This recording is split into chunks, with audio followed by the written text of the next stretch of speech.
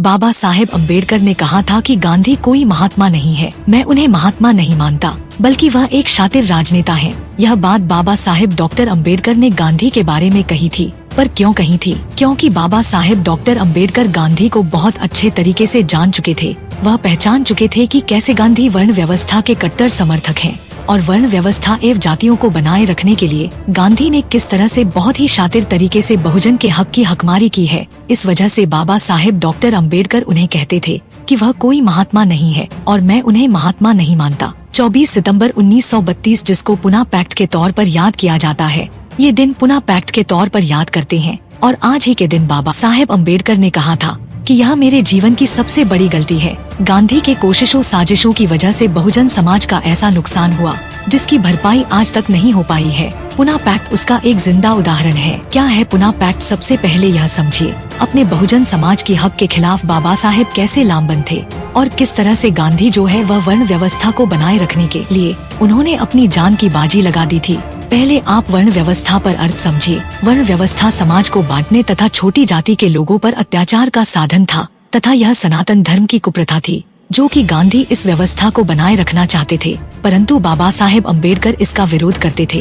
अब पहले आप उन बातों को समझिए। दरअसल पुना पैक्ट में क्या हुआ था? उसे पहले गोलमेज सम्मेलन हुए थे। पहला गोलमेज सम्मेलन और दूसरा गोलमेज सम्मेलन लंदन में हुआ था। बाबा साहेब डॉक्टर अम्बेडकर यहाँ से गए थे और पहली बार लंदन में अंग्रेजों के सामने उनकी राउंड टेबल पर बैठकर कि डिप्रेस की क्लासेस के प्रतिनिधित्व लिए कोई व्यक्ति वहाँ गया था, अछूतों का उनका हक दिलाने के लिए। और अछूतों की उस समय के अनटचेबल्स के तौर पर पहचान थी। और वहाँ पर बाबा साहेब डॉक्टर अम्बेडकर ने अंग्रेजों को बताया, उस समय जो ब्रिटिश प्रधानमंत्री थे डोनाल्ड, उनको उनकी बाकी टीम को बताया कि किस तरह से भारत में जातियों के आधार पर समाज बटा हुआ है और जो सबसे निचला तबका है उसको यह लोग अछूत कहते हैं। उसको छूते भी नहीं है, उसके पास कोई अधिकार नहीं है और उसका किस तरह से यहाँ पर शोषण होता है, हकमारी होती है और कितने जुल्म जातियों से उसे गुजरना पड़ता है। यह सब बातें बाबा साहेब डॉक्टर अम्बेडकर ने पहले गोलमेज सम्मेलन में और फिर दूसरे गोलमेज सम्मेलन में कही थी।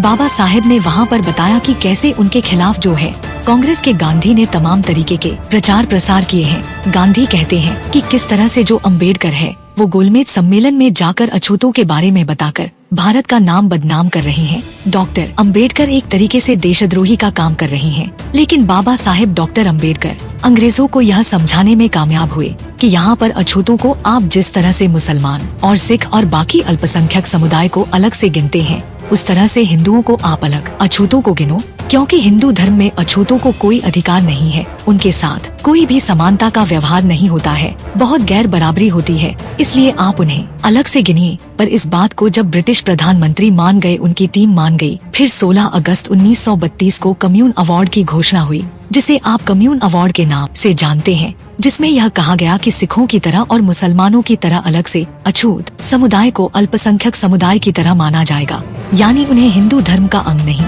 माना जाएगा और उनसे अलग एक समुदाय के तौर पर, माइनॉरिटी ग्रुप के तौर पर उन्हें ट्रीट किया जाएगा और उन्हें कुछ खास तरीके के अधिकार दिए जाएंगे। ब्रिटिश सरकार ने कम्यून अवार्ड में यह व्यवस्था की थी उस समय भारत में संवैधानिक सुधार के तौर पर कि जो अछूत समुदाय होगा उसको अब पृथक निर्वाचन क्षेत्र मिलेगा, यानी खास एंड ग्रेट इलेक्टोरेट्स, जिसमें वो अपने समुदाय के लोगों को चुनेंगे। यानी एक तरीके से जो अछूत समुदाय थे उन्हें 2 अधिकार मिले। पहला अधिकार सेपरेट इलेक्टोरेट का और दूसरा अधिकार 2 मत देने का। जैसे जो विधानसभा क्षेत्र आज के दिनों में आप देखते हैं या फिर लोकसभा क्षेत्र आप देखते हैं, तो कम्यून अवार्ड में यह व्यवस्था की गई कि जो अछूत समुदाय हैं, उनकी विधानसभा क्षेत्रों में और उनके लोकसभा क्षेत्रों में उस एरिया में यह व्यवस्था होगी कि जो अनुसूचित जाति, अनुसूचित जनजाति समुदाय का व्यक्ति होगा वही उम्मीदवार हो सकता है, बाकी कोई उम्मीदवार नहीं होगा। और उस उम्मीदवार को वोट देने का अधिकार सिर्फ और सिर्फ अनुसूचित जाति और जनजाति के लोगों का होगा, जिन्हें आमतौर पर अछूत अनटचेबल्स उस समय कहा जाता था, डिप्रेसो कहा जाता था। यानी हमारा ही आदमी चुनाव लड़ेगा और हम ही उसको वोट करेंगे और हम उसको चुनेंगे और फिर वह आदमी हमारे लिए काम करेगा। यह एक मॉडल तरीके की व्यवस्था का बाबा साहेब डॉक्टर अम्बेडकर ने अंग्रेजों के सामने मांग रखी थी, जिसे ब्रिटिश सरकार ने स्वीकार कर लिया गया था।